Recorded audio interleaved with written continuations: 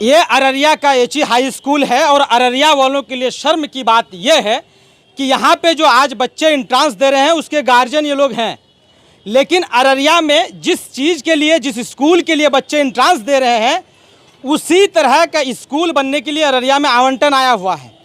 ज़मीन देने को तैयार नहीं है। जब किशनगंज वालों ने वक्फ की ज़मीन दी और वहाँ पे आवासीय अल्पसंख्यक विद्यालय बनाया गया, यहाँ किशनगंज और दरभंगा के लिए बच्चे का एंट्रेंस दिलाने के लिए यहाँ आए, लेकिन अररिया में का इसी तरह का एक प्रोजेक्ट, इसी तरह का स्कूल बनाने की बात हुई, आवंटन भी आया, 55 करोड़ रुपये का आवंटन आया, लेकिन अब ज़मीन देने में आनाकानी कर रहे हैं कुछ लोग। लेकिन ये अररिया के ही लोग हैं, इन लोगों से हम बात करेंगे, जानेंगे कि अररिया में जो आनाकानी हो रही है ज़मीन देने में और जो बच्चों का एंट्रांस दिलाने के लिए यहाँ आए हुए हैं, तो अररिया में वो उसी तरह का प्रोजेक्ट जो दरभंगा और किशनगंज में बना है, जो विद्यालय, आवासीय विद्यालय अल्पसंख्यकों के लिए, अल्पसंख्यक के बच्चों के लिए, अल्पसंख्यक के छात्र छात्राओं के लिए, उसी तरह का विद्यालय अररिया में बननी चाहिए या नहीं बननी चाहिए।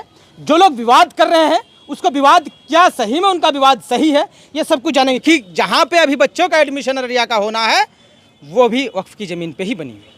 देखिए, सबसे पहली बात ये है कि आपने कहा कि वक्फ की ज़मीन को देना नहीं चाहते हैं, तो ये कह रहे हैं कि नहीं बनना चाहिए, तो आप क्या करना चाहते हैं?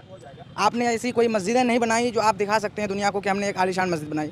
पूरे इलाके में आपको ऐसी मस्जिद नहीं देखते हैं, कोई ऐसा इदारा नहीं देखते हैं, इसलिए कि हमारे कटिहार, पूर्णिया, किशनगंज, अररिया के सारे तलबा जो मदरसे में पढ़ने वाले हैं वो सारे के सारे यूपी में पढ़ते हैं, मुंबई चले जाते हैं, महाराष्ट्र चले जाते हैं। तो आपके पास ऐसा कुछ है ही नहीं, तो आप वक्फ की ज़मीन को अपनी जेब में रखकर करना क्या चाहते हैं?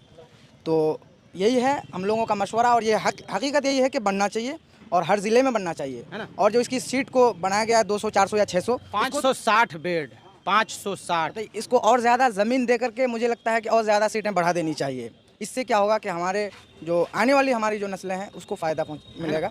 बहुत ये अच्छा कदम है सरकार का, इसमें सोचने वाली बात है। और दूसरी बात है कि जब ज़मीन जो रेंट पे लिया जा रहा है, ये तो और अच्छी बात है कि आपकी ज़मीन भी वक्फ में है और आप उससे एक लाभ भी उठा रहे हैं, तो उस पैसे से भी आप कौम का कुछ कर सकते हैं, हॉस्पिटल बना सकते हैं। इससे फ़ायदा ये इसलिए कि वक्फ की जो ज़मीन है वो वक्फ ही में रहनी है, उसका आपको रेंट मिल रहा है, तो इस जो रेंट मिल रहा है तो आपको लाखों करोड़ों रुपए के हिसाब से मिल रहा है, तो ये पैसा जो है आप कौम के पीछे और भी खर्चा कर सकते हैं। क्या नाम हो आपका? मेरा नाम मोहम्मद इजहार आलम हुआ। अररिया में कुछ लोग वक्फ की ज़मीन देने को तैयार नहीं है, जबकि सरकार इसके बदले में रेंट देती है। किशनगंज और दरभंगा के लिए एंट्रांस, आपका बच्चा है या बच्ची? बच्चा है, उसको एंट्रांस दिलाने के लिए आए हैं। जी। अच्छा, ये बताइए कि अररिया में भी बनना चाहिए कि नहीं? बिल्कुल, अररिया ही में बनना चाहिए, हर जिला में बनना चाहिए, है ना जी। जिस तरह से किशनगंज और दरभंगा में बना है उसी तरह से अररिया में भी होना चाहिए, क्योंकि ये मुस्लिम क्षेत्र ज़्यादा पड़ता है, यहाँ तो नंबर 1 का होना चाहिए। कुछ लोग कहते हैं कि वक्फ की ज़मीन है वो मस्जिद में देनी चाहिए, लेकिन वहीं पर जो है अभी किशनगंज और दरभंगा में वक्फ की ज़मीन पर बनी है, लेकिन अररिया में तैयार नहीं है वक्फ की ज़मीन देने। ऐसा है, वक्फ की ज़मीन जिस तरह से मस्जिद को दी जा सकती है वैसे ही मदरसे को भी दी जा सकती है, स्कूल को भी दी जा सकती है, क्योंकि वक्फ की चीज़ होती है एक कौम की अमानत है, जिससे कौम को और कौम के बच्चों को फ़ायदा होना चाहिए ताकि हमारा मुस्तकबिल अच्छा हो। क्या आपको मालूम है कि जो वक्फ की ज़मीन सरकार लेती है उसके बदले में लीज, मतलब रेंट देती है? आपको मालूम है ये बात?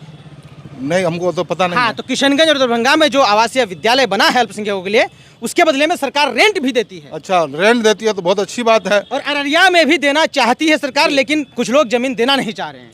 तो यहाँ के लोगों को चाहिए कि वो ज़मीन दें ताकि रेंट भी मिलता रहे और अपना जो है मुस्तकबिल अच्छा हो, बच्चों के लिए भविष्य अच्छा हो। यहाँ के लोगों को मिलजुल करके तमाम अधिकारी से मिलकर ज़मीन दे करके ऐसा ही विद्यालय जिस तरह से किशनगंज में बना है अररिया में भी होना चाहिए।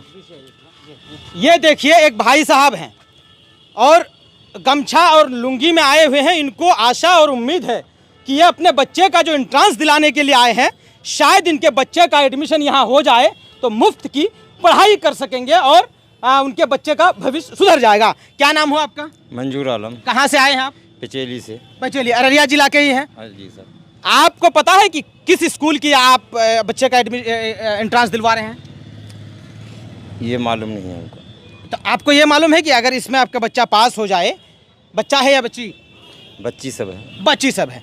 तो आपको मालूम है कि अगर इसमें पास हो जाएगी आपकी बच्ची सब, तो उनका एडमिशन कहाँ होगा, कैसे पढ़ाई होगी, उनका खर्च कौन उठाएगा? हम लोग उठाएंगे, सरकार उठाएगा। सरकार उठाएगी। एक किशनगंज में एक स्कूल बना है और एक दरभंगा में, जिसके लिए एंट्रांस हो रहा है। अगर आपका बच्चा उसमें सफल हो जाता है तो उनका रहने, खाने, पढ़ाई, कपड़ा, किताब, सब कुछ का खर्च जो है सरकार उठाएगी। अररिया में यह स्कूल बनने के लिए सरकार ने फंड भी अलॉट कर दिया है, जिला में पैसा भी आया हुआ है, लेकिन ज़मीन देने में आना चाहिए यहाँ के लोग। नहीं, ज़मीन देना चाहिए। सबका बच्चा पढ़ेगा, उसका भी बच्चा पढ़ेगा, इससे यानी फ़ायदा होगा उसको। क्या नाम हो आपका? गुलाम मुस्तफ़ा, कहाँ से हैं मौलवी साहब? पलासी थाना, जिला अररिया। अच्छा, एक बात बताइए, किसको लेके आए हैं यहाँ एग्जाम दिलाने के लिए? लड़का को लेकर। लड़का को लेकर के। क्या आपको पता है कि आपका बच्चा अगर इसमें सफल हो जाएगा तो कहाँ एडमिशन होगा? किशनगंज दरभंगा में इसका सेंटर बना है, लेकिन बेहतर होता कि जिला अररिया में हो जाता। ये जो भीड़ देख रहे हैं आप लोगों की, अल्पसंख्यक आवासीय विद्यालय का एंट्रांस होना है। बच्चे और बच्चियां यहाँ एंट्रांस देने के लिए आए हुए हैं। उनको उम्मीद है कि अगर हम इसमें सफल हो जाएं तो हमारा एडमिशन आवासीय अल्पसंख्यक विद्यालय दरभंगा में या किशनगंज में हो जाएगा। लेकिन हर जिला को सरकार चाहती है कि इस तरह का विद्यालय दिया जाए, जिसके लिए सरकार सिर्फ इतना चाहती है कि आप हमें वक्फ की ज़मीन दें, जिसके बदले में उस ज़मीन का हम रेंट देंगे और यहाँ सिर्फ माइनॉरिटी के बच्चे पढ़ेंगे। तो फिर भी अगर अररिया जैसे जिला में जिनका फंड आया हुआ है और अररिया के छात्र और छात्रा इस तरह से एग्जाम दे करके निकल रहे हैं और दूसरा जिला में जाके पढ़ाई करेंगे, तो आप समझिए कि आपके लिए कितना शर्म की बात है कि जिन जिलों ने ज़मीन दी है और आपने ज़मीन नहीं दी है, तो आपके छात्र, आपके जिला के बच्चे दूसरे जिला में क्यों जाके पढ़ेंगे? आपको तो सोचने का विषय है। सरकार चाहती है कि अगर वक्फ हमें ज़मीन देती है तो उसके बदले में 30 साल का एक लीज़ बनता है, जो किशनगंज में हुआ है। तो उसमें 30 साल का एग्रीमेंट बनता है और जिसमें रेंट देती है सरकार। जो अभी का जो रेंट अभी मिल रहा है उससे लगभग 2 गुना रेंट उसमें सरकार की तरफ से मिलता है। तो रेंट लेने या देने में क्या दिक्कत है? उसी ज़मीन, उसी रेंट से आप मस्जिद के पीछे जो है मस्जिद के लिए खर्च कर सकते हैं ना। जी, ये तो खैर हमारे यहाँ के लोगों की जो है कम अक्ली है। मस्जिद बनाते हैं तो मस्जिद के अखराजात को नहीं सोचते हैं, या मदरसा बनाते हैं तो उसके अखराजात को नहीं सोचते हैं। हालांकि होना चाहिए कि मस्जिद से पहले मस्जिद के अखराजात पर गौर किया जाए। इसी तरह से हमारे इलाके के लोगों को भी चाहिए कि वक्फ की ज़मीन पर जो है कुछ ऐसा काम किया जाए जिससे मस्जिद का भी खर्चा चले और कब्रिस्तान का भी खर्चा चले, मदरसे का भी खर्चा चले और बच्चों के खुर्द व नोश का भी इंतज़ाम आसानी से हो सके। आप चाहते हैं कि इसी तरह का जो है स्कूल हर सीमांचल के हर ब्लॉक में खुले, माइनॉरिटी, इस तरह का माइनॉरिटी स्कूल? ये तो कौन नहीं चाहेगा, ये कौन नहीं चाहेगा कि अपना जो है भविष्य अच्छा हो, मुस्तकबिल अच्छा हो। हर शख्स को चाहना चाहिए, क्योंकि तालीम ही ऐसी चीज़ है कि तालीम के बगैर इंसान की ज़िंदगी जानवरों की तरह है। जिस इंसान के अंदर एजुकेशन, तालीम हो जाता है, वह इंसान दुनिया में चमकता रहता है और हमेशा चमकता रहेगा। अल्पसंख्यक आवासीय विद्यालय तो प्रत्येक जिला में बनना ही चाहिए। इससे होगा क्या, जो पिछड़े कमज़ोर वर्ग के लोग हैं, पिछड़े वर्ग के लोग हैं, अल्पसंख्यक से संबंधित लोग हैं, उन लोग बेहतर से बेहतर फ़ायदा उठा खास करके सकें। सीमांचल के सभी जिलों में। इधर आइए, आप थोड़ा समझाएं लोगों को कि वक्फ की ज़मीन का क्या क्या इस्तेमाल हो सकता है, क्योंकि कुछ लोग को जो है गलत फहमी हो गई है। कुछ लोग इस पर एकदम पूरी तरह से जो है तैयार नहीं है कि नहीं होनी चाहिए, इस तरह का विद्यालय नहीं बनना चाहिए। ऐसा है, वक्फ की ज़मीन जो होती है वो मस्जिद और मदरसा और एजुकेशन के लिए, स्कूल के लिए होती है, जिससे हमारे कौम को फ़ायदा हो, हमारे कौम के बच्चों का मुस्तकबिल रोशक ना और ताबनाक हो। इसलिए मैं अररिया वालों से गुजारिश करूंगा, अगर सरकार देती है तो ये सरकार का वेलकम और स्वागतम है।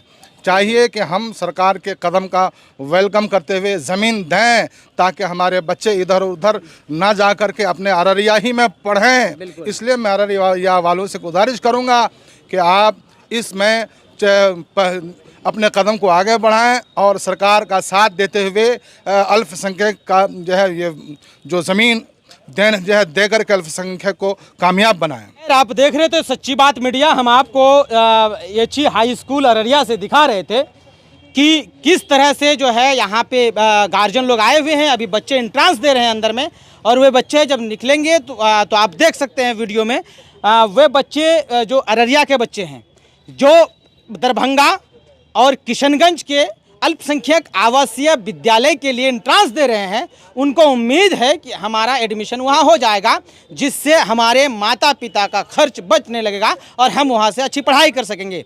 लेकिन अफसोस की बात यह है कि अररिया के बच्चे दूसरा जगह एडमिशन लेना चाहते हैं, वहाँ के लिए एंट्रांस दे रहे हैं, लेकिन अररिया में ही जो अलॉटमेंट आया हुआ है उसी के लिए राशि आई हुई है, उसी तरह का विद्यालय खोलने के लिए। लेकिन जिस ज़मीन को दिखा करके वो राशि अररिया जिला आया हुआ है, वहीं पर अब विद्यालय नहीं बनने का कुछ लोगों ने ठाना है। लेकिन अब देखना होगा कि कब तक लोग समझते हैं और जो गलतफहमियां हैं वो कब तक दूर होती है, तब तक जो है लोगों को सोचना होगा। बहरहाल ये गार्जियन लोग आए हुए हैं, बच्चों का जो है अब समय हो गया है निकलने का, तो वे निकले।